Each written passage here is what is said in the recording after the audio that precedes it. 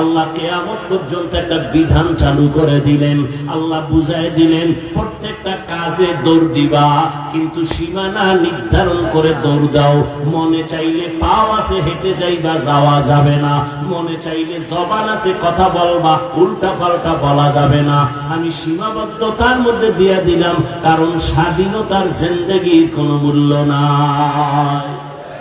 গরবা সূরাত আদমি ইনসাবুদে আহমদবু জাহলো হামেক সাবুদে আদমিরা আদমিয়ত লাজমাস উদেরাগর বুনা বাশদ হি জামাস। খারাপ লাগতেছে আপনার?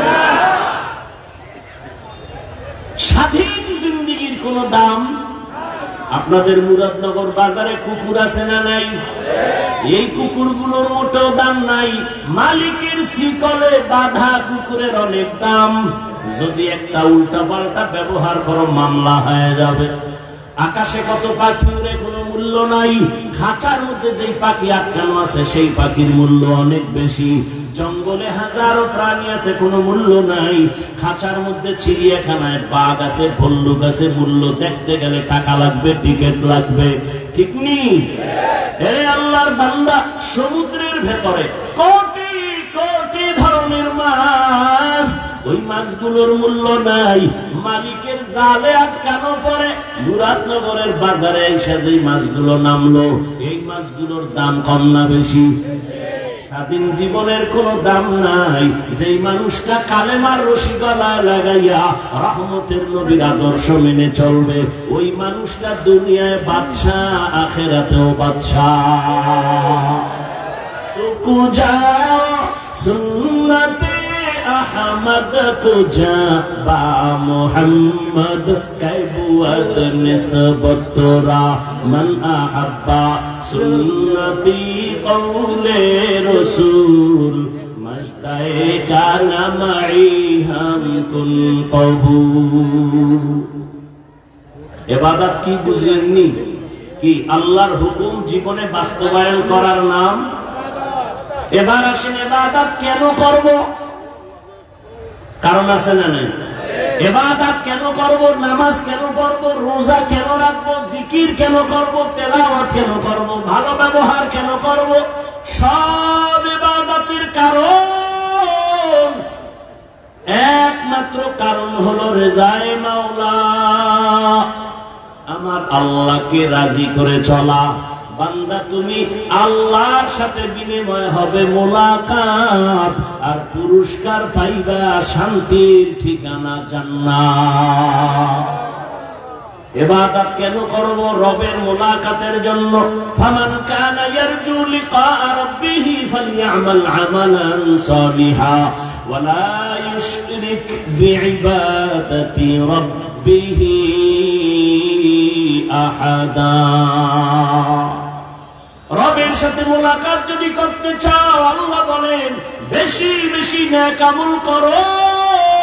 তবে খবরদার, রবের ইবাদতের মধ্যে শিরিকের গন্ধ যেন না থাকে, কারণ যারা শিরিক করবে তাদের জন্য জান্নাত হারাম।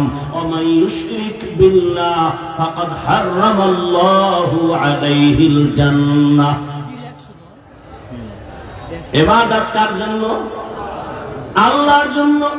নামাজ পড়ি আল্লাহকে খুশি করার জন্য।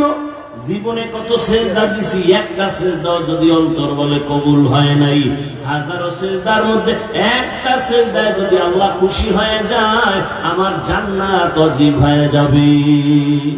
আসলে আমরা যা করি এর মূল হিসাব হলো আল্লাহকে খুশি করা।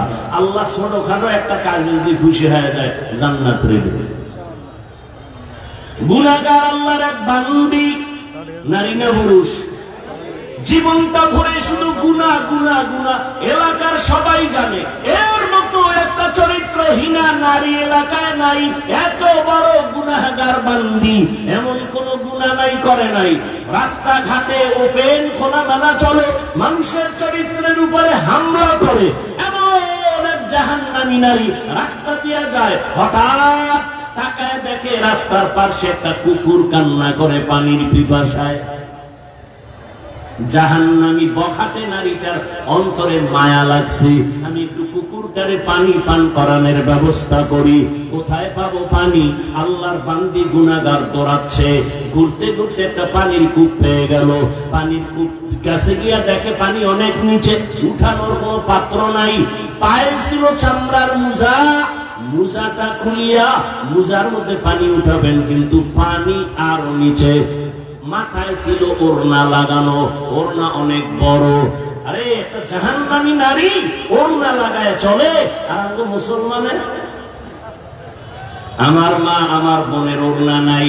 যারা কোন রকম পরে ফ্যাশন হিসাবে মাফলা বানায়া পরে, ঠিক নেই? আল্লাহ হেদায়েত দান করুন। জিন্দেগি মে বন্দগি তু করনা হে,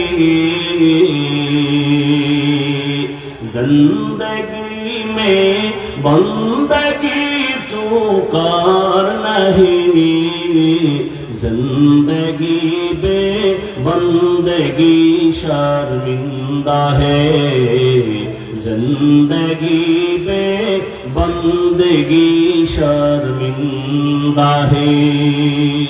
दुनिया में हो दुनिया का तलबगार ना हो, बाजार से गुजर हो खरीदार ना हो। ये दुनिया एक मिसले कागज फूल है, ये दुनिया एक मिसले कागज फूल है। जिंदगी में बंदगी तू कर नहीं, जिंदगी में बंदगी तू कर नहीं, जिंदगी बे बंदगी शर्मिंदा है, जिंदगी बे बंदगी शर्मिंदा है। जिंदगी में बंदगी कुल बंदगी, जिंदगी बे बंदगी शर्मिंदगी।